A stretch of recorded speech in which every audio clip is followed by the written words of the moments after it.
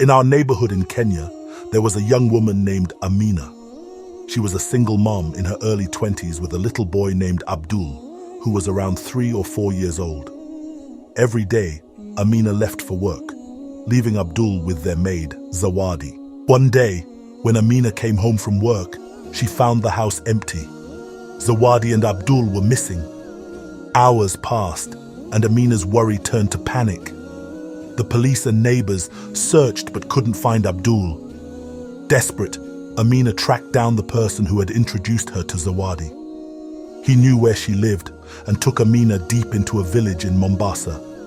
There, they found Abdul tied near a fire in the middle of a ritual. He had been marked with a blade and was about to be sacrificed. When they confronted Zawadi, she started to cry and confessed, "I was tired of being poor, so I went to the witch doctor.